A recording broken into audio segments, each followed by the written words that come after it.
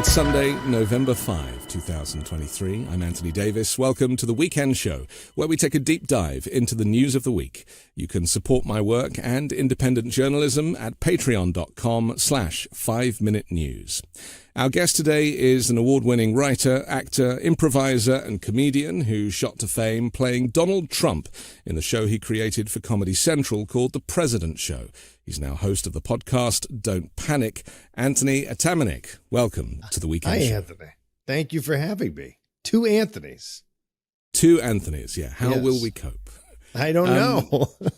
I have a lot of questions for you, but firstly, I think we should preface this conversation with the fact that the reason that I asked you to come here today is because in politics, as far as I'm aware, if you get a character who rises like Boris Johnson in the UK and Donald Trump in the US, the British way of dealing with these people is to ridicule them.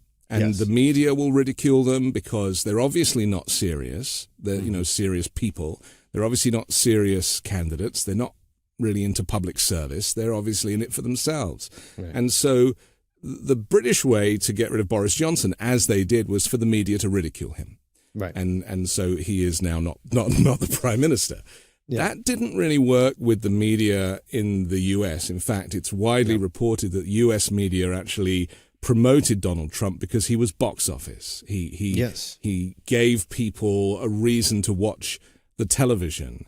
And we now know how that's ended up with obviously the rise of fascism and just a very dark period in American political history.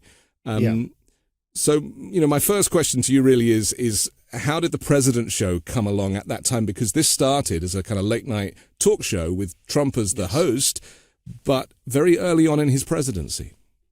Well, first, the media, U.S. media for Trump, I think numbers wise, was almost close to $1 billion in free coverage that Trump was given from 2015, from August of 2015 all the way through to the election. And I think it's just important for your viewers to understand that the inverse effect, I think, occurred partly because we have for-profit media in the United States, whereas you have partly essentially state-sponsored or supported media, much like our public broadcasting system in the United States. Right. So I think the cynicism also around people even turning their nose up at Trump during the initial coverage period from the escalator roll down to maybe the second debate in the South Carolina, I think was the second GOP debate in August 25th, I think, of 2015. Maybe it was 27th. But the point being that during that period of time, I think that you have a cynicism in the United States, both of our media apparatus and also speaking to politicians. I think that there was a general perception that most people who are in politics, regardless of Trump or not, were also in it for the wrong reasons. Citizens United, along with a number of various chipping away at institutions from the Tea Party onward, the cynicism of the House leadership over that time, and also the birtherism issues around Obama. This had been building steam, and Trump happened to become the golem or the form of what it became. But this was building steam prior, right? So I think that in terms of him as a phenomenon, I think just the right psychopath happened to show up at the right time when someone had built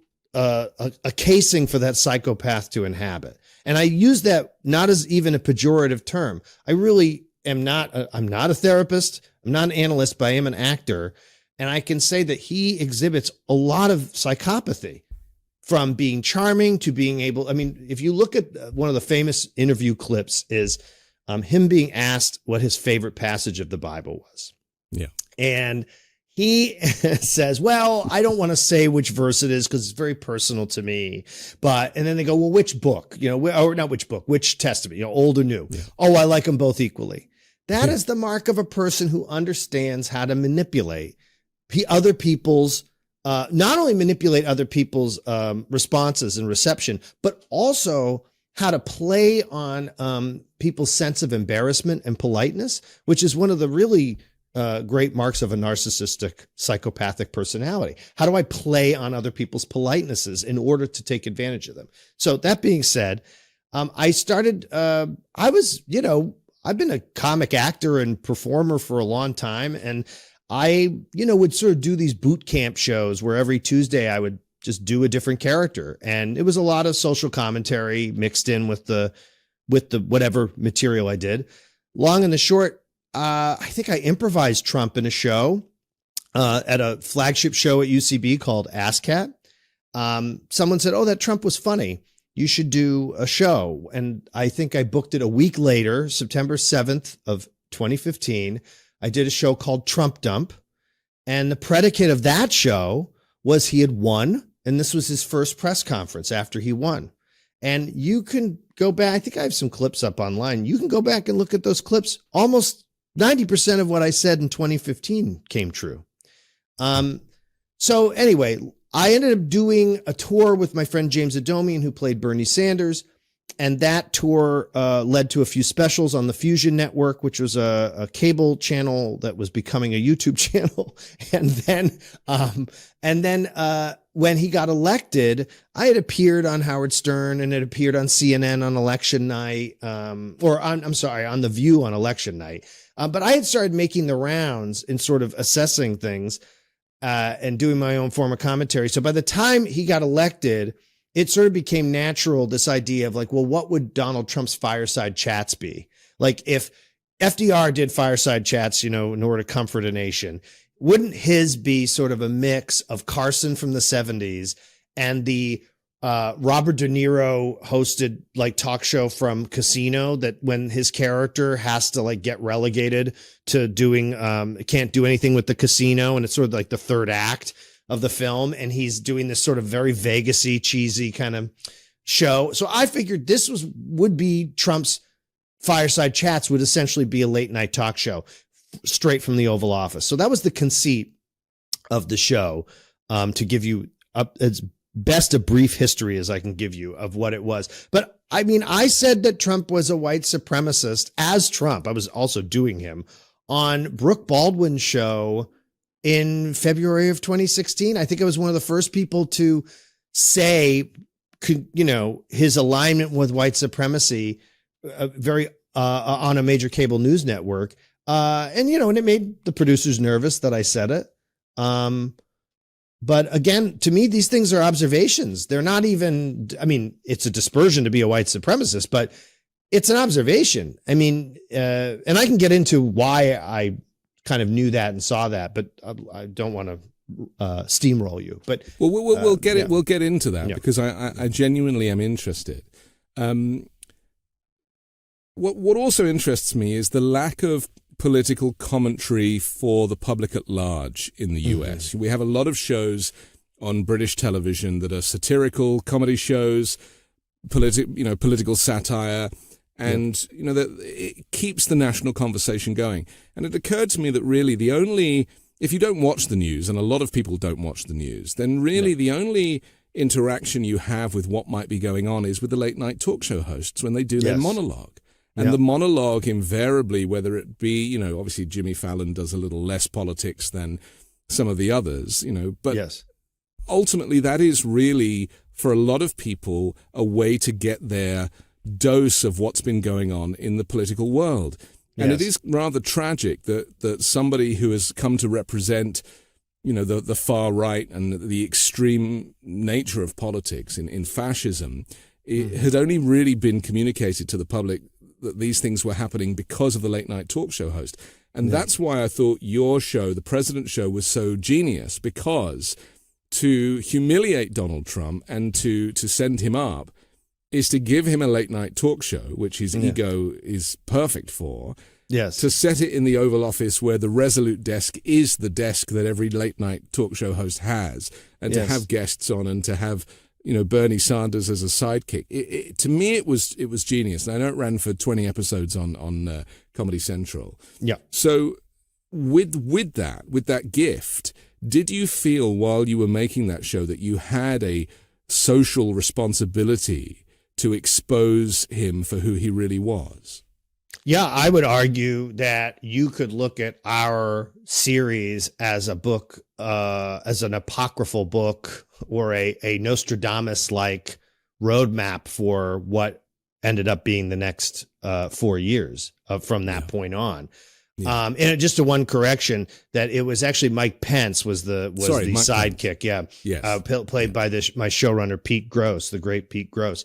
We not only saw it as a responsibility, but, my background was I was a poli-sci minor at Emerson College. I was always very interested in politics and probably really was in some way latently more interested in commentariat and news. It's, in some way, but just, knew I didn't have the gravitas to pull it off. So I did comedy instead. But I've always, I've been going to primaries in New Hampshire since the late 90s. Like I love politics. And I love the game of it. And anyway, I'm very interested in it. And even during that 2016 cycle, our former governor in Massachusetts, Bill Weld, was the VP candidate for the Libertarian Party. And I knew Bill, for many years back. And my father played in a band that he was a fan of. So in other words, I've been involved in politics and understand the language of it. And I think there was sort of three things that were really important. Was identifying that Trump not only was complete anomaly in terms of his behavior, and also going back to August and September in those early primary debates, when he blew the roof off of everything by calling out, Jeb Bush and nicknaming people and Marco Rubio with the water and all this stuff, these things, which were funny and entertaining. And at the time, I think if you were a Democrat, or especially if you were a mainstream left-leaning member of the commentariat, you sort of enjoyed watching Trump blow apart this field of these sort of empty suits that were delivering the same BS, right? The only problem is that the Democrats have the same group of people. It's not like we don't have our own empty suits, right? If I'm aligning that way, right? And so I think there was a celebration of him. And I think that there was a devil's bargain that it will be worth it to watch him mess them up. And then we will come in with our reason and our leadership. And like you said, listen, the general public is very ill-informed. And one of the reasons the general public is ill-informed is economics. Most people still watch the nightly news, which has to be broadcast. Right? If you don't have cable, you have to have a digital box. Also, the electorate that matters, that turns out to vote, is working 2 or 3 jobs. They are probably not receiving civics classes from the underfunded public education that they got, right? So you have also a population that is Black, white, Latinx, every stripe that you can imagine, that are exploited and overworked and underinformed. Okay. And that to no fault of their own. That isn't like the ignorant masses. That is designed this way, right? It's partly a design to choke out the working person so that there's less opportunity for real change, because if you had real candidates getting elected, they would agitate in ways that would disrupt the system. Trump just happened to be the absolutely wrong agitator, right, at the right time. And, we saw the responsibility of the show to be expose him, be funny, but not only expose him, but let's expose the entire model. I mean, our show, one of our Christmas special was BB Newirth essentially playing a sort of Maggie Haberman type character, and Trump and Maggie Haberman, BB Newirth, singing a song about the mutually parasitic relationship between the mainstream press and Trump. Yeah. For all the, and we're still doing it. I mean, we're still the trial. The only difference now is that the media was so shamed by covering Trump. In other words, Trump was so egregious post-COVID that it was harder to go, let's show his entire rally, right? As they used to do. CNN used to show an hour and a half. They used to literally talk like a football game. You'd have the half hour prior where all the talking heads. So everybody made a lot of money off of him. A lot of the things he says about those things are true. The media made a lot of money. A lot of people celebrated him. But the other truth about Trump is that I think anybody who knows, and you know, probably coming from UK, and I know coming from New England, that there is still a form of a caste system of who actually gets to be in politics, who actually gets to be the real landowners in the city, right? And you have to have a certain background, and you're probably not even Catholic, you're probably not, it's like there is a real rigid, strict zone that you can be in to really be in charge in this country. Well, look how the squad has been ridiculed. Exactly. Ilhan Omar and people that are seeking to, they really care, like they genuinely are there for the right reasons. Yes. And yet they are almost being ridiculed out of mainstream politics by not just the opposition in the House, but also the media. And squeezed by their own supporters.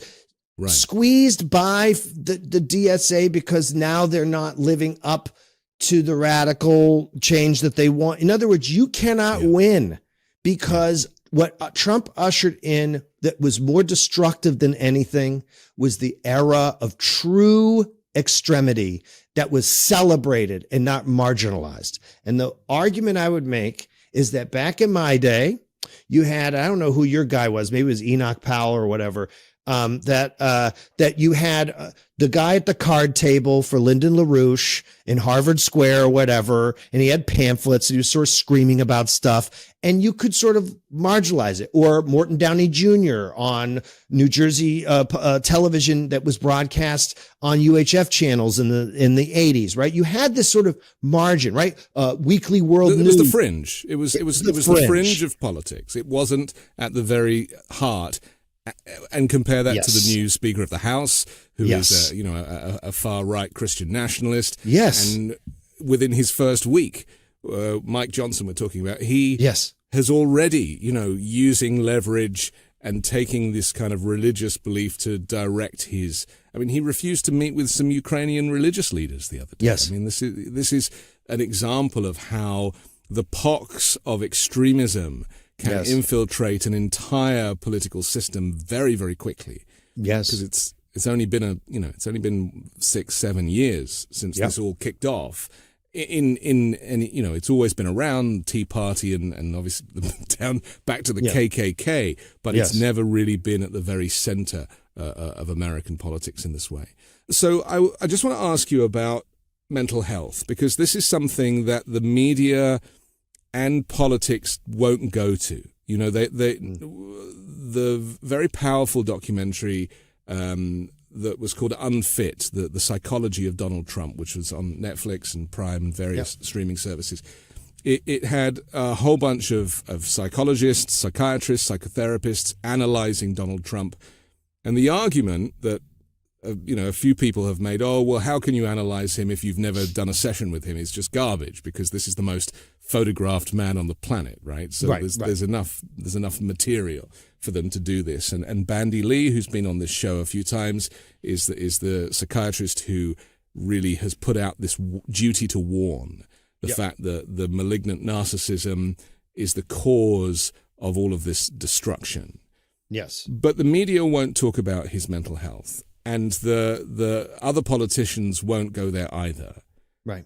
So it's left to comedians, and it's left to commentators, and it's left to people who really don't have that much skin in the game to do. So when you approached Donald Trump, how much of his mental health did you feel you had to tackle and be aware of? It was actually...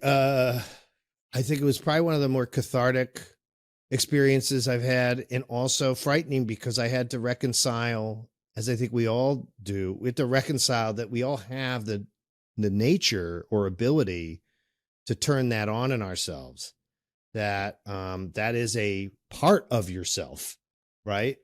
It happens to be the part that governs him, Yeah, I mean, to take on and adopt and say, I'm going to just be pure, as I would see it, pure reaction. He's pure reaction.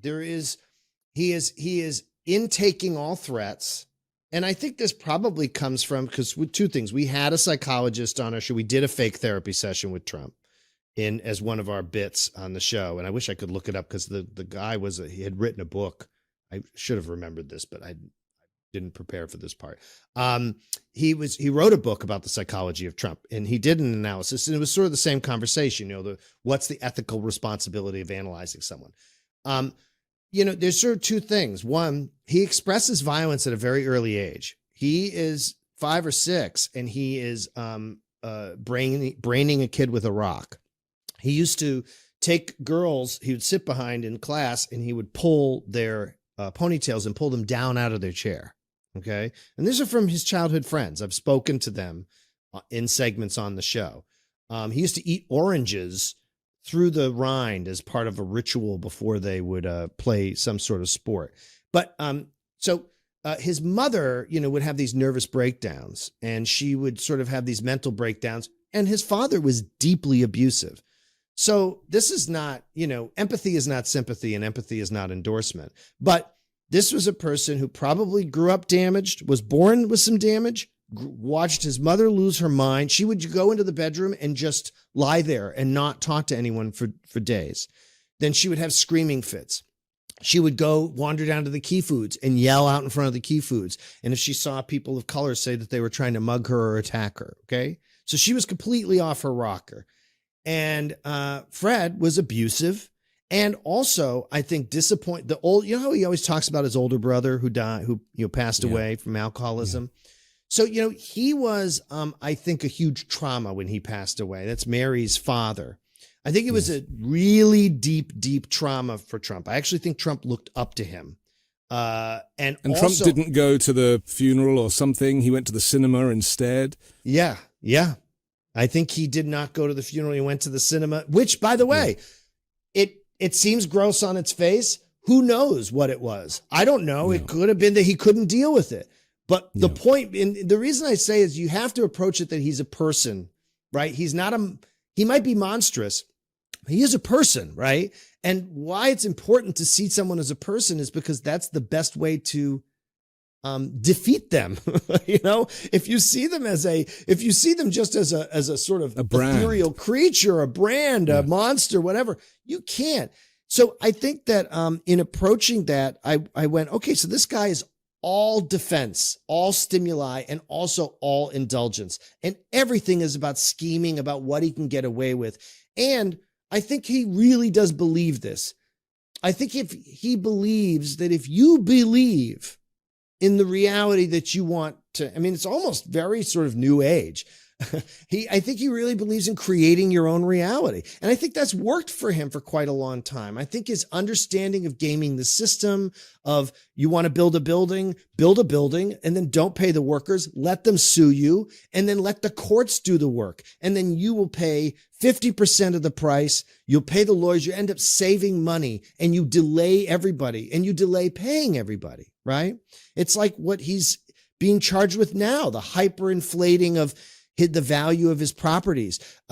This is an extension. Where is the line between bullshitting the way you bullshit in a bar, right? Where's the line between trying to pick up a lady in a bar and BSing a little bit, right? To pick her up. Okay. Just as an example of weird machismo. And lying about your building or lying about how many floors it has, or does it really do any harm to make value? And is his argument, his argument is wrong and right. The banks made money. And why I think what he does... Well, he said there was no victim. Kept saying there's no victim. If anyone is the victim, it's me. Yes, of course. And that's always going to be the case. But right. I think the one truth he does expose, and I think it's important to see those truths because it prepares us for the next version of him, which is going to be better, slicker, less gross, less weird, and is going to be more dangerous. Yeah. People think it's going to stop with him. He is just an avatar of something awful that is now in the world, that's always been in the world, but it's been resuscitated because of the new level of media exposure and our ability to see ourselves. You know, humanity now can see itself at a level it's never been able to before. We are witnessing each other way more than we ever have. You know, if you think about the exposure that the banks, just like the media, everyone was fine with benefiting off of this person all the way to the point where they became the president of the United States, right? Everyone didn't have a problem with him exploiting them and them exploiting him. And that should show the darker part of our system, which is that our system is structured to exploit, and then dump. Look at Britney Spears as an example. It's exploit, and then cut loose, right? But when you get the wrong person, and I think you got the wrong person with Trump, the exploitee became the exploiter. And so I think that at a certain point, he went, oh, you think I'm the sideshow? I'm the main event. And now look what I'm going to do. I'm going to show you, by the way, as we've learned, the United States government can run rudderless and without direction for 4 years without any leadership. That's wild. That's not good. I thought about that a lot, and I'm very pleased that you mention it, because it's something that it's a lesson to us all, really, that this figurehead can either do a lot of good with that much power, or they can be completely benign, make it all about them, and in the process just forget that they have a job to do. Because, you know, I'm of the opinion that he didn't really work during those 4 years. You know, he made a lot of noise, but he never really went to work. Listen, we have to take a quick pause for our sponsor, but I want to come back and talk more with Anthony Atamanuik next. Cold turkey may be great on sandwiches, but there's a better way to break your bad habits. We're not talking about some weird mind voodoo from your wacky neighbour or some sketchy message board. We're talking about our sponsor, Fume, and they look at the problem in a different way. Not everything in a bad habit is wrong, so instead of a drastic, uncomfortable change, why not just remove the bad from your habit? Fume is an innovative, award-nominated device that does just that. Instead of electronics, Fume is completely natural. Instead of vapor, Fume uses flavored air. And instead of harmful chemicals, Fume uses all natural, delicious flavors. You get it. Instead of bad, Fume is good. It's a habit you're free to enjoy and makes replacing your bad habit easy. Your Fume comes with an adjustable airflow dial that is designed with movable parts and magnets for fidgeting, giving your fingers a lot to do, which is helpful for de-stressing and anxiety while breaking your habit. I gave a Fume to my sister, and she was shocked at how flavorful and fresh it tasted. It's easy to hold and perfectly balanced, and quite honestly, extremely fun to fidget with. The real wood material and sleek design definitely classes it up, and she feels pretty cool holding it. Stopping is something we all put off because it's hard, but switching to Fume is easy, enjoyable, and even fun. Fume has served over 100,000 customers and has thousands of success stories, and there's no reason that can't be you. Join Fume in accelerating humanity's breakup from destructive habits by picking up the Journey Pack today. Head to tryfume.com and use code WEEKEND to save 10% off when you get the Journey Pack today. That's tryfum.com and use code WEEKEND to save an additional 10% off your order today. Everyone knows how annoying cheap razors are. The cuts, the irritation, the frustration. And don't get me started with subscription razor services. The headaches those can cause. That's why you've got to meet Henson Shaving. Henson Shaving is a family-owned aerospace parts manufacturer that has made parts for the International Space Station and Mars rover. And now they're bringing precision engineering to your shaving experience.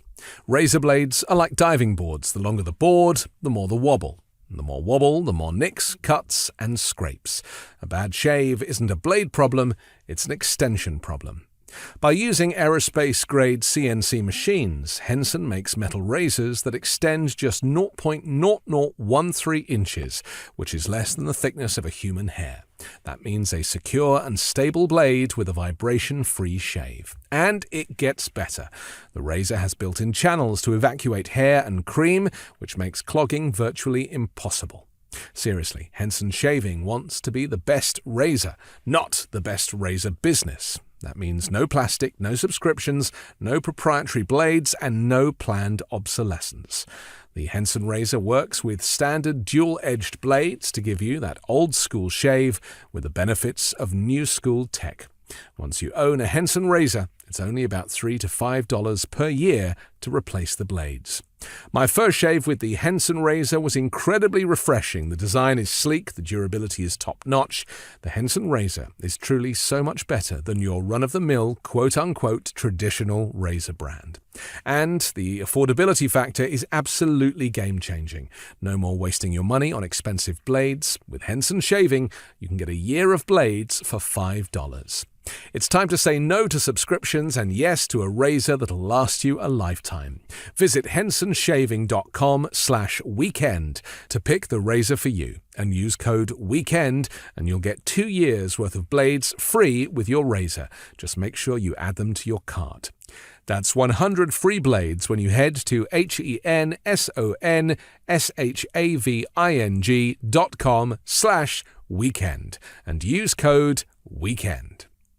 We're back on the Weekend Show. Tony, would I be right in saying that comedy is a very serious business? And I think some people, kind of brush it off and think, oh, well, that's just... But, the comedians that I've been around and the work that goes into the types of show, like The President Show and other work that you've done, the laughter comes from the audience. That's the end result. But actually, to get to that point, it requires people who are highly intelligent. To make people laugh requires great intellect and understanding of humanity. And this is part of the reason why I wanted to talk to you today, because, we're running out of analysis with him, with Trump. We've spoken, so many people talk about him with such authority, but actually to really kind of get a sense of the who this person is kind of where this conversation is today. Do you feel, as I do, sometimes I actually felt a little bit sorry for him, because I don't think he ever wanted to be president. And I think that, he was grifting. He wanted to set up Trump TV. He was just using it as a vehicle to make money. And then suddenly he's landed with this job that he's completely unqualified for. Yes. And in a parallel universe, he might have gone, something, I was only kidding. Let's give it to Hillary Clinton. But we're not dealing with that kind of a person, and what we ended up with was the destruction of the civil service, the destruction of the EPA, gutting the Environmental Protection Agency, the cozying up to Vladimir Putin and Kim Jong, these relationships. Even now, this week, he's talking about Viktor Orban, one of the most terrifying leaders in the world. The Hungarian leader, of course, not the Turkish leader, as Donald Trump would have you think. And talking about these people like they're his best friends and that they're Hezbollah, calling Hezbollah very smart. Yeah. This is not a laughing matter, is it? No, well, we had a thing called Dictator Sleepover, which was a bit we did on President Show. It was, and one of the plays was that Trump, could never say, so he would be like, I'm going to sleep over with Edgerton and Duterte and all the good, and then I would change it. And the next time I would say, Duterte is one of the best. He's a great leader and he knows how to get rid of the robbers. He loves strong men. I mean, to me, I don't feel bad for him at all. I think he comes from the only way that he's pitiable is that, he was always on the outside, and in that sense, knowing it's pitiable, in the sense of a story. If you were reading it in a story and it was a metaphor and it wasn't a real person, I could feel bad for him. right? Which is he's always on the outside. He never could be in with the real estate people. The wasps in the real estate world weren't going to let him in, even though he was a wasp, but he was a redhead weirdo. Which is why he pretends to be a mafia boss. You know, he thinks of the Trump family as a mafia family, and the Trump crime family actually, as a phrase, really suits them rather well. But they're still, you know, he talks about Al Capone like that's his mentor, but actually Al Capone wouldn't want to have anything to do with Donald Trump. No, and his father did have connections with the mafia. Allegedly. And we did so basically anything you referred to, I can go that analysis that you're talking about. That's now a mainstreamed analysis. We did it before anybody said it. So the President's Show, if you go back, every single episode is literally what is now a mainstream analysis, like the whole cult leader thing, for instance. The whole thing, he was a cult leader and he's like Jim Jones and like all this stuff. People have been on CNN and plugging their book about how I've cracked the code that he's, you know, like Charles Manson or whatever. We did the week Kofifi came out, and this is an example of comedy is serious business. We had a research team. We had an incredible research team. A lot of the people who worked on our research team ended up working for worked for The Intercept, The Guardian. Like we had people who were working in news, also doing research for us. So everything was thoroughly vetted that we did comedy wise, in terms of information, but also our analysis was always like, how can we, and I think this was the package, you know, a little bit of sugar makes the medicine go down, which is, we need to do something silly because also it's in the idea that this show is done by Trump. So we have this weird intersection between broad humor, almost Dom DeLuise, Burt Reynolds on the Tonight Show humor, intersecting with these serious, heavy analysis that we're making about the state of our society, right? And in this which is satire, ultimately. Which is satire, right? The essence of satire. So Kofifi, the course of that episode, we essentially rolled the episode so that by the end, I have decided that that the only way for us to go forward is that we have to end everything. And I had my writers work for actual Jim Jones quotes into the closing monologue, and I had the Jim Jones glasses. I looked like him. And then we passed out shots of liquid. That was the Kofifi. That was the week of Kofifi. And so I went, drink the Kofifi and be free. This world, death is awaiting us.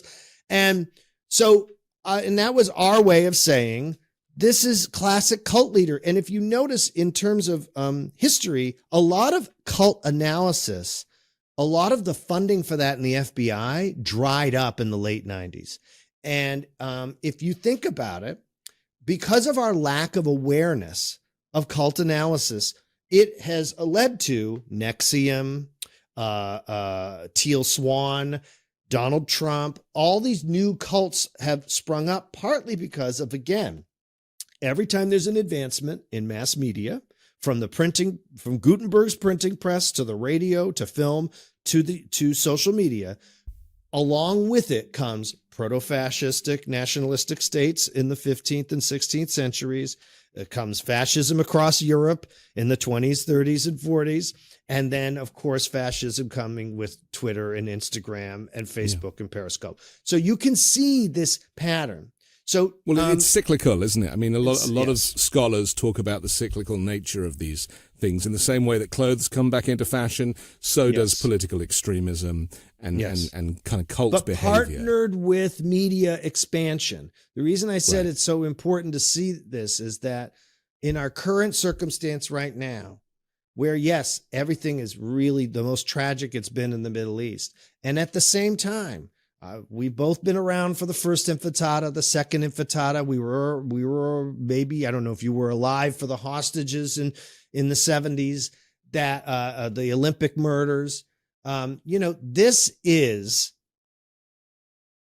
not new, and yet it is new in the sense that we see each other. We see broadcasts on TikTok. And I think that there is something to be said for the idea that seeing each other, and then also Marshall McLuhan put this so poignantly, which is the medium is the message, but also you can't trust the image. And we have reached a point at which we just trust the image. We trust what's being fed to us. And I think people like Trump intuitively, not intellectually, and I can say, because you're talking about and analyzing him, what is the analysis? What needs to be done anymore? He is so nakedly who he is. There is no need to analyze him. He says exactly what he's doing. There's the one deep frustration I have in a lot of the Trump side culture is this idea that there's some secret formula, some everlasting gobstopper formula about this sort of bloviating moron who through just basic sort of emotional intelligence is able to sort of bulldoze through circumstances. And at the same time, I think bifurcates his mind such that I do think that there are moments, because I've heard them on audio, where like his grandson came into the Oval Office. He didn't realize he was being recorded. And he was very much like hearing my grandpa talk to me. You know what I mean? In other words, I think that he believes he's a good person. I don't think he thinks he's a villain. I think he thinks he's a good person doing good. And he and so what if I get a little on the side? Which, by the way, when we did The Dawn, which you can also look up on the President Show, we had Michael Francese and other real mafia people who talked to us not only about how he operated. Again, this was recorded in 2017 before this analysis was mainstreamed. And yeah, we did 25. We predicted January 6th. Yeah. I'm sorry, I'm getting animated because it's frustrating in this sense, which is that we only had those 24, 25 episodes, including the specials that we did. And I'm very grateful for that time. But my producers and I, we're all old friends. So we write each other once in a while, go, what would we have done with COVID? What would we have done with this trial? One of our pitches was the trial of Donald Trump. One of the pitches in 2018. So when I guess it's hard for me to speak about it in this way sometimes because it's so obvious to me who he is and what he's doing. And he's playing on the larger politeness of people. And much like the Golden State Killer, there's that story of the Golden State Killer getting caught, right? And his voice suddenly softens and it's almost baby-like and high registered, right? And the police sort of drop their guard a little bit. And then he pulls the gun, fires, and then runs into the ditch. That's who you're dealing with. You're dealing with the Long Island serial killer if instead he was in real estate and ran for office.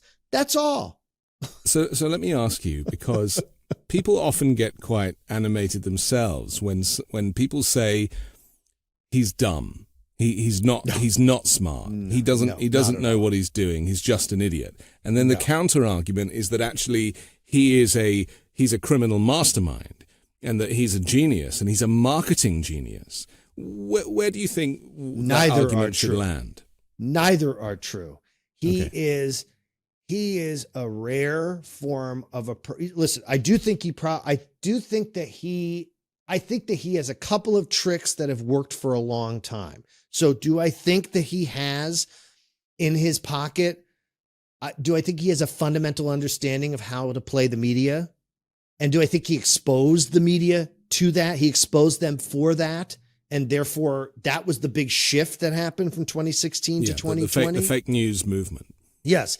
And that what arose from that, look at the ecosystem.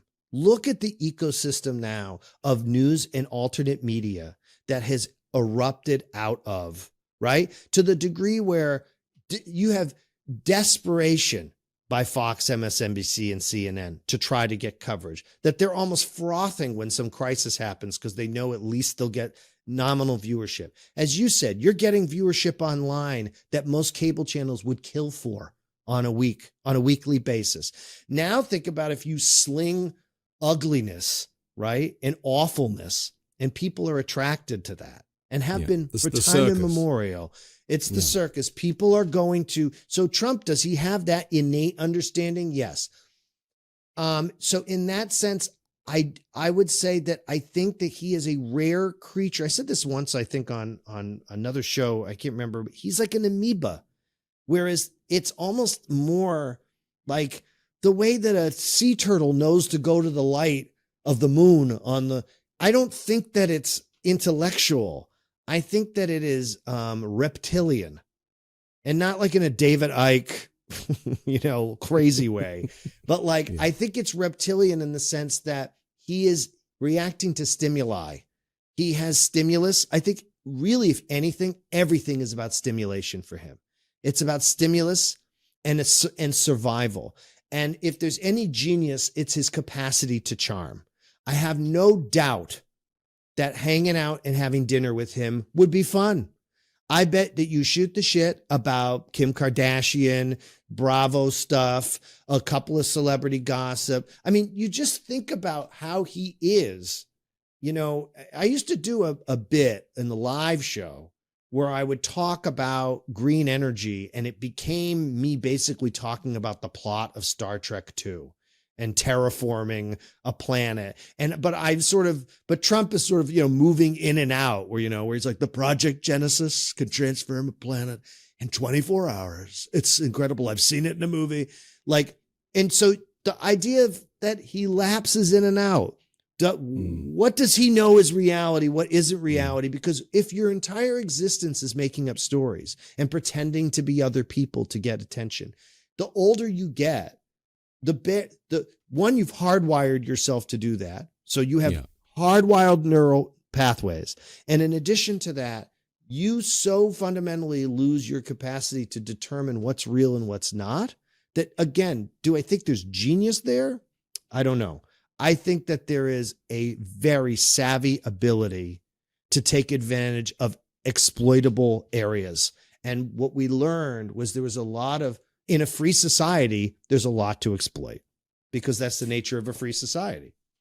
There were a couple of moments where, I don't know if you felt this, but I felt that whenever he gave a press conference, which invariably was outside of Marine One with the helicopter noise, so you couldn't really hear him and he couldn't really hear them, which definitely was done on purpose so that he couldn't be held to account. Yes. But he would often not know what to say, and so the reporters would give him an option of something to say, which then became his opinion.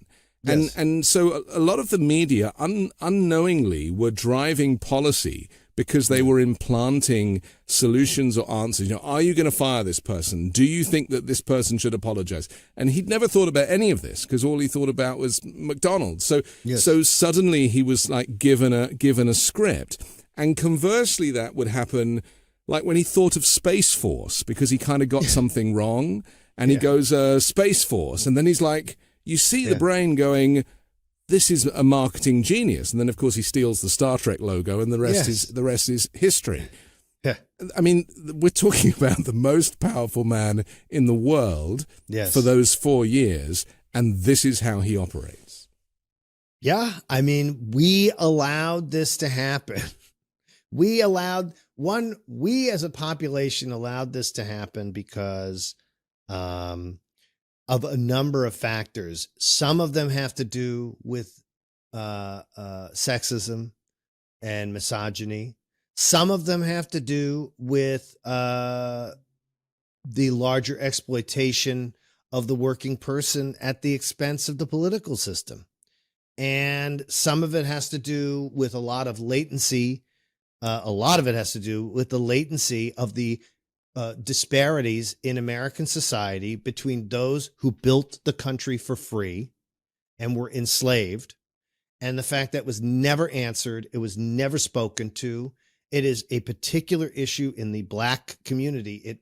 There are many other marginalized groups in the United States, and there's indigenous folks, but the Black community in particular in this country was exploited and abused in ways that are unique to America and to the experience of essentially who were the original Americans were the whites who came over here and the Blacks that we brought over. Right. And I think that it is disgraceful, and it was a disgrace that we went into the 21st century with never uttering an acknowledgement or even considering an apology and allowing to essentially replace our slave system and plantation system with an imprisonment system. And people didn't forgive the Clintons for that, which was what happened in the 90s with the crime bill, which also our current president also signed off on. And although Bill Clinton has apologized and regrets that now, but only after, only after. But and my point is that, and that's wonderful that he did. But think of all the people who are incarcerated. That apology, who are incarcerated and should not be in jail right now, right? Or who have died in jail, in jail. And so my point is that it's not as easy as, well, they just hated Hillary Clinton, or Hillary Clinton was a bad candidate, or Bernie ruined it, or Trump ruined it, or these easy answers we want. We want these easy answers. As I've said, and I've said it in a million interviews, and I said it in the show, and it was the last thing I said when I knew that the show was not going to continue, which is, he is not the problem. He is a symptom.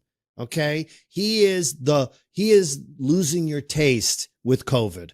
Okay. He is not the disease. The disease is the fact that we, for some reason, believed that because a bunch of Brits who didn't want to pay for their furniture, who ended up forming this country, right? A bunch of Brits, expat Brits, who said, I don't want to pay for this luxury furniture that got delivered to me, so let's have a revolution instead, right? And then we'll draft some lofty principles along with it that exclude women and pretty much anybody except white men who won't land. That somehow we went, that's it, we did it. We don't need to evolve anymore. We're realizing that that's not true. We need to evolve more. We need to understand that we will continue to run into the same issue over and over and over again, as long as people continue to be exploited, as long as we continue to live on this barter for money system. And I'm not some extreme lefty even. I think I'm left, but apparently sometimes I'm not anymore, I guess. But to me, it's not about left or right. It's about progression out of rudimentary systems that just keep us in this cyclical fashion. It will be Trump. It'll be somebody else. There'll be somebody else who will come along. And God forbid, we think it's only a right-wing person that can be like this. It could be it's not like Robert Kennedy Jr.'s any dream. So you have all kinds of people representing from all fringes. And what we have done and what Trump opened up, which is the most devastating thing he did, was, I was saying earlier, he's made the fringe. He's made the idea of extremity and the idea of extremity, and you see it in the way that people are expressing their natural dismay at the violence in the Middle East, is this extremity, this unnecessary next level of reveling in violence and death of other people. This is a direct result of Trump.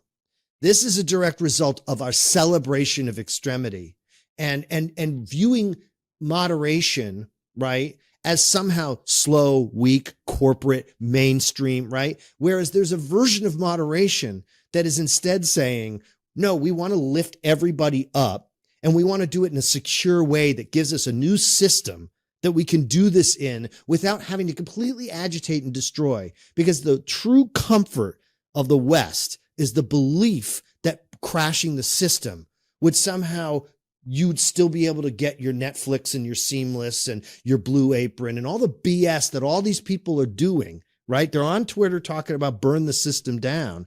But do you want to live without clean water? Do you want to get hepatitis?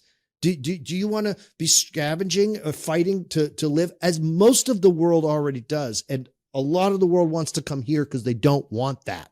So my only thing is that we've reached this point where I think we're so desperate, and Trump represented that desperation so well. And he provided what most fascist dictators provide, an easy 1, 2, 3 solution. He's the Ron Popeil of presidents. He's an infomercial as a president. But that's what we kind of deserved. We got what we deserved from our laxness.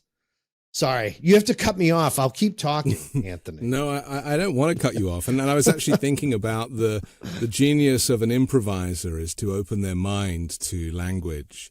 And it's really powerful to listen to. Listen, we have to take another quick break, but I want to come back and talk more with Tony in just a moment here on The Weekend Show. I've always found it difficult to find clothes that I like to wear. And when I find one thing that works, I just buy loads of them and just wear the same thing all the time. Well, men's closets were due for a radical reinvention, and Rhone stepped up to the challenge. Rhone's commuter collection is the most comfortable, breathable, and flexible set of products known to man. And here's why. Rhone helps you get ready for any occasion. The commuter collection offers the world's most comfortable pants, dress shirts, zips, and polos. You'll never have to worry about what to wear when you've got the Rhone commuter collection. The comfortable four-way stretch fabric provides breathability and flexibility that leaves you free to enjoy what life throws your way, from your commute to work or your 18 holes of golf. It's time to feel confident without the hassle. With Rhone's wrinkle release technology, wrinkles disappear as you stretch and wear the products. It's that easy. And with Gold Fusion anti-odor technology, you'll be smelling fresh and clean all day long. And on top of that, Rhone is 100% machine washable, so you can ditch the dry cleaner altogether. I personally love a technical fabric, something that is advanced and uses technology to make a more comfortable and more modern outfit. Now, the commuter collection can get you through any workday and straight into whatever comes next. So head to rhone.com/Anthony and use promo code Anthony to save 20% off your entire order. That's 20% off your entire order when you head to rhone.com/Anthony and use code Anthony, ANTHONY. It's time to find your corner office comfort. I'm Anthony Davis. It's the weekend show, and we're with Anthony Atamanuik.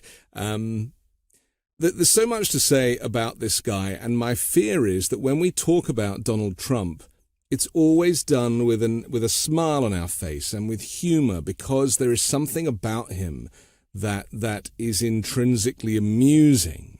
Mm-hmm. And yet he is responsible for atrocities. If you're white and wealthy, it kind of doesn't matter. But if you are black or brown, or if you're poor, or if you are somebody who is on the receiving end of his bile, then life has been made very difficult. And I really feel like maybe you can just answer why is it so difficult to talk about him in such in a serious and tragic way, as we should do, as an authoritarian leader of America who has changed the face of American politics, turned people against each other, weaponized language like socialism and Marxism and communism and all this stuff, and most importantly, and certainly the one I feel is so serious, is claiming that the free press is the enemy of the people. Mm-hmm. Why are conversations like this often done in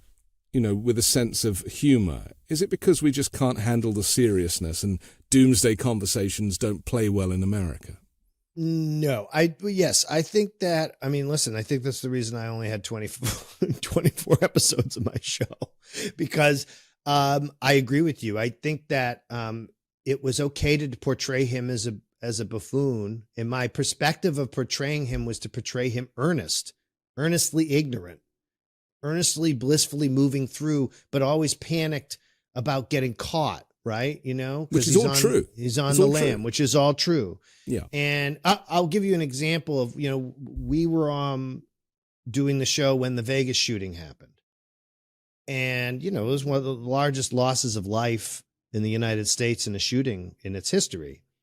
And it was really devastating. But one of the things I had noticed, and this ties back to something you had spoken about earlier, was that all the late night hosts had to do this sort of like solemn speech, right? Wear a black tie and wear a black tie and do. Yeah. And I went into the writer's room and I said, I really find it sort of silly that, when did this happen? That the late night host became this sort of, Walter Cronkite, like they're a comedy night host. I get and it goes to the blurring of the line that the Daily Show sort of, inadvertently created, that media then took over. And mind you, the Daily Show, although a political satire show, originally was a cable news satire show. The idea was that they showed clips of cable news and mocked that. So here we are in this stage where, you have Jimmy Fallon staying there with a black tie, talking with solemnity about the shooting, which is fine. Obviously, it was an awful thing, but it's also like, come on, man. What are we talking about? Like, he's talking with solemnity about this. So I went, well, Trump does a talk show, so we're going to have to do the same thing. And this way I can double mock the notion that late night hosts have to act like consolers in chief. And what does Trump's version of consoling look like, right? So we did this bit, and the whole thing is that he's trying to do it, right? He's trying to like be solemn, and he keeps going, be solemn, keep it soft and quiet, solemnity now. And, and then talking about the mass loss of life. And then at one point, I think I go, when we were devastated when we heard it wasn't a Muslim guy who did it, but those are awful things, right? Those are terrible things, but they're true things about him, right? Or it's like our mockumentary, Hindsight 2030, where we go from 2030 back. Look, we sort of did Time Trumpet, but like American Time Trumpet, basically. And so we, one of the things we had was the night of the election, we had Trump saying, I will not concede. We actually had that filmed in 2018 and were able to beat the real thing from happening. Almost verbatim what he does in real life, we did. And the point I'm saying is that it was funny because we shot that, and when we watched it back, even then, it didn't play as funny. It played as terrifying. And I think that the thing is that it's that, like all things with him, it's hard to stay in serious. It just goes to terrifying. So I think people tend to stay in the zone where there's a little bit of lightness because he's so foolish and can be so foolish. And, all these statements of, it's all the same act, right? He's walking out in front of the courtroom now, right? He finds the cameras. This is disgrace. And I think we learned today that they're going to throw it out, and this is important. And he's telling himself as much as he's telling everyone else. What terrifies people is they go, this guy could be president again. And that, yes, he's caused the loss of life. And I know already there's going to be some Jimmy Dore listening lefty watching this who's going to go, well, but Obama bombed. Yes, Obama did bomb this many weddings, and so did Bush, and so did Clinton, and so did, we have a long history of really not great stuff that we've done. But Donald Trump not only purposely and cruelly, right, made policy decisions that were not just maybe the best worst decision. And I'm not validating that, but the best worst decision, but purposefully cruel decisions. And I think we'll look back at the first impeachment based on the Ukraine stuff with Zelensky. I think you can directly trace that act to the loss of life in Ukraine. You can actually pin the loss of life in Ukraine on Donald Trump because of what he did, which was weaken the position of Ukraine such that there was an opportunity for Russia to make a play.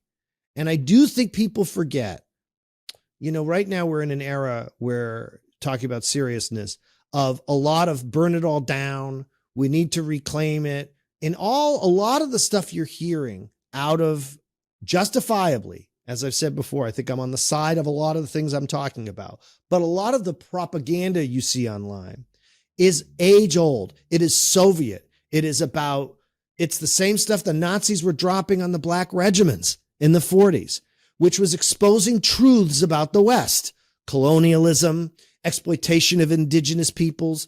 All these things are truths for sure, and should be reconciled with. And as I talked about earlier, I think it's one of our great failings politically that we do not do that more deeply. But the Soviet Union used to do that and go, well, but you can choose us, choose Pepsi, choose the Soviet Union. We're your alternative governing system, right? But what's crazy is that the Russians and the Chinese in particular, FSB and so on, and in Iran to a certain level, have chosen this propaganda campaign online using the same old tactics, but without any offer of an alternative, which is devastating to a lot of the free world, which is just burn it down. There is no solution. And you want to talk about frightening. Forget Trump. It is the fact that right, left, and center, that is becoming the sentiment, which is burn it down. And I, again, don't think people get that when you burn it down, there's nothing there. And if there's nothing there, what do you do? And then you leave room. People talk about, is Biden the best option? He is right now. He beat Trump once. If you did not have Trump or the media environment that we have now, he would be considered one of the greater presidents in terms of economic recovery. And by the way, he's to the left of Carter on some things. I mean, I cannot believe some of the things that Joe Biden's done that would never be done by Clinton or Obama. Okay. So it blows my mind that, and it's a shame he's older. That is frightening to people. And I think I understand the ridicule that. Is that we talked about earlier, where the media should be ridiculing Trump as a candidate. Yeah. The ridicule is towards Biden for being old and senile and things that he can't help being old. Yes. He's not senile. He's often very tired, especially when they stick him on a long-haul flight and then give him a press conference afterwards. Yes. And anybody who has elderly grandparents will know that is probably not a good idea. Yes. And so we seem to lose all of our humanity when it comes to dealing with people who really matter, like Joe Biden, because, as you say, in this moment in history, in time, this is almost a more important election in 2024 than in 2020. And so... yes. And I want to say go on. You go on. I just want to say to you that the other thing that's frightening to me is the inverse is true this time. The lack of coverage of Trump, the media blackout on Trump so that he only shows up on Right Side. He only shows up on Truth Social. You only see just the briefest analysis of his trials. It's very dangerous because it's the opposite this time. That's right. Less coverage of him gives him more opportunity to simply be amorphous and to slide in and win. And I think people are really, I cannot believe it, but I think people yet again are not believing it's possible for him to win. And if there's anybody who is going to pull off a non-consecutive second term, it's Donald Trump. I agree. And I cannot believe we're here again. I can't. People say to me all the time, Tony, they're like, why do you talk about him all the time? And it's like, we should be talking about nothing else until this guy is 6 feet under, because he represents a threat to everything that you've taken for granted your whole life. He wants to shut down the judiciary. He wants to shut down the FBI. He wants to take civil servants and give them an allegiance test to find out if they are pro-Trump, and if they are, they can keep their jobs. He wants to build freedom cities, which are, it's just terrifying. And I mean, even talking about taking the homeless and putting them in camps. He's talking about internment camps. Yes. We are, and not to mention the fact that he tried to overturn the election, staged a coup, stole classified documents, and then shared them with foes of the United States. The list of his crimes are endless, and yet I know people who you would consider to be moderate, and they're like, well, when Trump was the president, there were no wars. Yeah. I mean, it's hard to argue without spending 2 hours talking. Well, he is what I would call an accidental pacifist, which is that I think that if there's anything that Trump fears, like most narcissists, it's losing their life. And so if you notice, the two military actions he took were like bombing a runway after everyone had been gone, right? And I actually think, and I used to portray him this way, I actually think he's like a tender little lily. I think he's for lack of a better word, I think he's a very fey guy. I think he's very, very effeminate. I think that the notion that Trump is macho has always been so funny to me. He's very effeminate. He's very grandmothery. He's very, and I think he's like, he doesn't, and again, I don't think he has a problem with loss of life. I just don't think he sees military action as a precursor to nuclear war. And I think that this is why he sidles up with with Putin and with Kim Jong-un in China so much. I think also he sees China strangely as both a partner in trade, right? But he also sees them as a military power that he's afraid of. And so he would talk tough with China because he sees that as like making a deal, as like doing and he was always getting terrible deals. So the greatest part of it was he negotiated the worst deals, right? Even his milk embargo with Canada ended up costing us money. So it's astonishing to me that someone could be so piss poor at everything and stumble through with no one. And what you said is so true.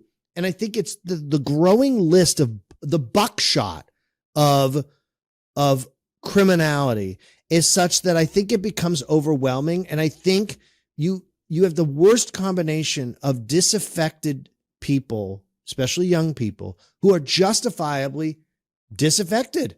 They look at the world and go, I look at it and go, I barely got through, in the sense of I am fortunate that I will have some property because of my family, because of my parents owning a home. But there are people who are a generation behind me who have no hope of ever owning a home, who have no hope of having decent health care, who have no hope whatsoever of doing anything other than at best getting high at the dispensary and working 2 or 3 jobs. When you look at that disaffection, and then you look at the overwhelming criminality of someone like Trump, and you have that intersection of other fringe candidates who are representing to you some part of your needs, it's very easy to see the mainstream control system as corrupt. And so Trump represents a resistance towards that corruption, even if he is corrupt himself. So it washes all of his crimes and it makes them a big melange of sort of just, hell, that's just kind of who he is. And when you get there, right, and he's not in power, and we can blame somebody else for what's going on.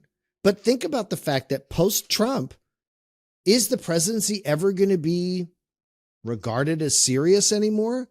We're living in a multipolar world, and I think that we might have to learn the lesson the hard way, that the notion of individual liberty, expression, free movement, these things that we have counted on for only a brief period of time, only the resurrection of antiquity happens in full robustness in the 16th and 17th century. We're talking 400 years.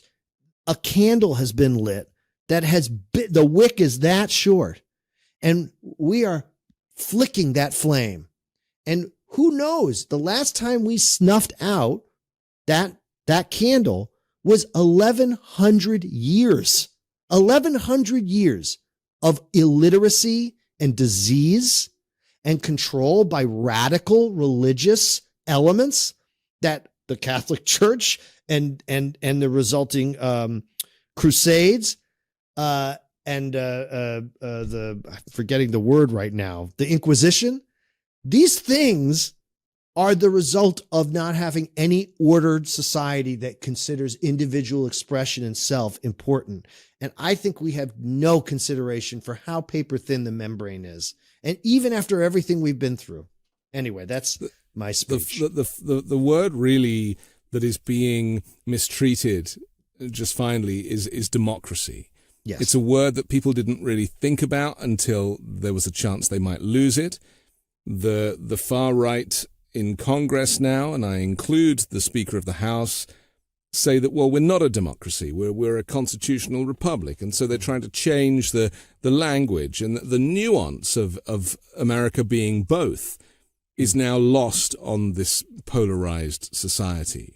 Mm-hmm. How important is it that we kind of re-educate people in the importance of democracy? And is it that democracy is going to become a commodity that is exclusive to the Democrats and the Republicans care nothing for? I think that there's three dangers. I think the first one is that we end up in a multinational corporatized democratic system, which is that we can't get out from under our own indecisiveness and bureaucracy because of the corrupted state of our Congress, and therefore no real substantive change can be made even at state and local levels that would have impact. So you're not going to have this opportunity to reintroduce civics. You're not going to have a president who's willing to only serve one term because they're going to make bold executive decisions that reorient how the Department of Education funds various impoverished school systems around the country. That's the only solution would be for someone to really to a bee sting candidate, a person who says we have 4 years to essentially do an end around Congress and try to reshape this country at a state by state, county by county level, and hope that in 4 years enough of the benefits arrive that people go, we don't want this taken away. Now you took this away from us. It's always harder to take something away than it is to introduce it. So that's the only option. And I don't know if the Democrats have the spine for that. Okay. Well, they won't even do basic things like abolish the filibuster, which is probably a good place to start, or pack the Supreme Court with a few more Democrat voices. I mean, to me, these are essential. Yes. And yet you have Democrats wanting to play by the rules, and you have Republicans who've thrown the rule book out of the window, and they're like, well, this is how we're going to do it now. Well, it's the slow bleed. It's in poker, it would be that you have a diminishing chip stack, and you believe that if you continue to play cautiously and carefully, you'll just hit the right hand and you'll win your stack back. But you end up just pissing away all your chips. You've got to make a big swing, but you might blow it. But the argument would be you're going to lose the chips one way or another. And I think in the United States right now, the way we're going, unless we make a big swing, which will tee up the possibility of the opposition doing it in the other direction. That's for certain true.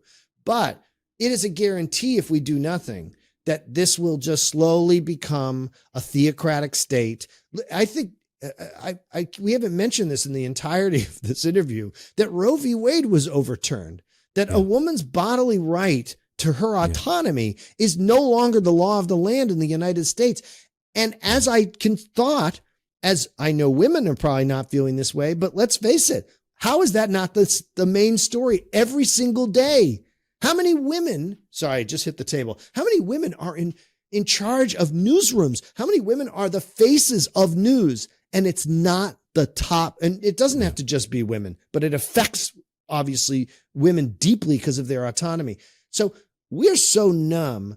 And my concern is that what will end up happening is you'll have a pseudo democracy brought to you by Citibank, which is already where we're going, which is that global multinationals will go, we can handle it. Because ultimately, again, what do people want most? They want the comfort and safety of their things, their streaming, their food, their object. And if they can have their pipe and get a little high and watch Netflix and have their Blue Apron and chill out for the night, they're going to do that. And whoever provides that stability where there's not much interference and they don't have to look too much at the ugliness of what gets them that's what they're going to go for. And so I don't know what the solution is.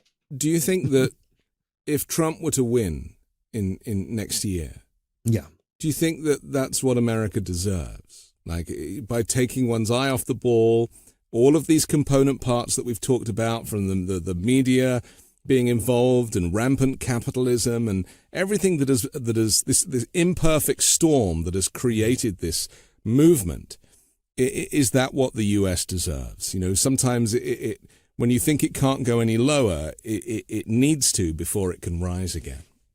Yes, I would say it's what we're going to get. I don't think that we deserve it. But I think that we might serve it up to ourselves. Does that make sense? We don't deserve the dinner we're making for ourselves, but we're going to make it. That's my concern. And I get the cynicism. I understand it the same way, I think growing up in this country, as anyone grows up in any country, in any nation they grow up in, you have a period of time where you get sort of cynical about patriotism, and you get cynical about sort of like the, celebrating of your own society and all these sort of tribal things that we do. And it's natural, right? And then I think you start to, like you said, the cage gets rattled, and you look around and go, well, in our primal world that has only recently peeked its head up from the soup, okay, there aren't many things around the world that have the power to shape and move ourselves further along than democratic societies. And the thing we need to answer for is how up to now, we have done that at the expense of a lot of people, particularly in the Southern Hemisphere. And our great reckoning would be to acknowledge it, move on, and start taking a lot of the money that we have and fix our house and fix other houses. Fix the 100 years of CIA intervention into Central America.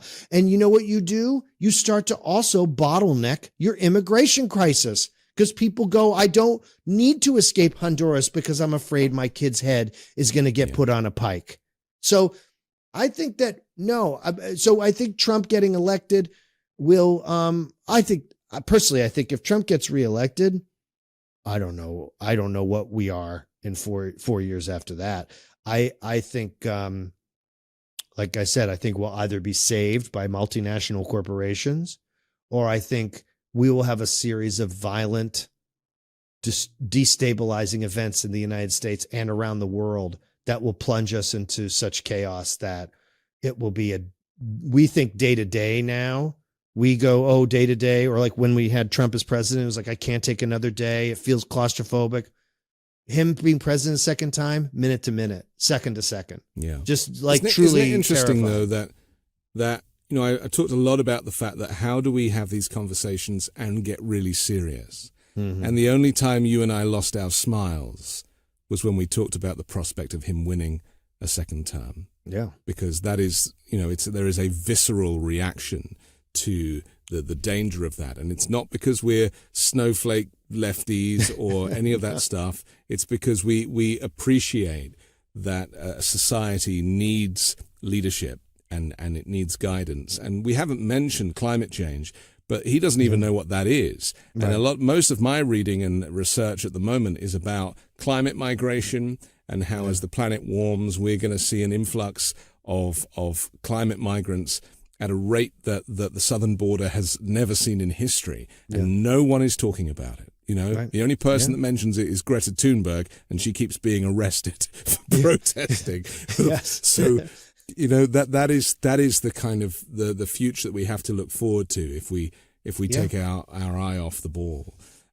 Tony, we have to finish, but I'm so thrilled to have this opportunity to talk to you. I so enjoyed when I first saw the President Show, I was like, this is genius. My only regret is that it didn't run the whole length of the Trump presidency, because we needed that satire to remind us of how ridiculous he was and still is, tragically. Well, thank you, Anthony. I appreciate it, and I'm probably glad that it didn't run, because it saved me some mental mental torture. It's a lot of work. Okay. Thank you for having me.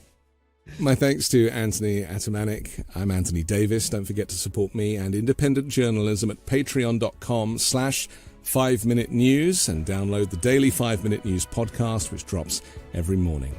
Join me next week with a brand new special guest and more factual stories to discuss on the 5-Minute News Weekend Show with Midas Touch.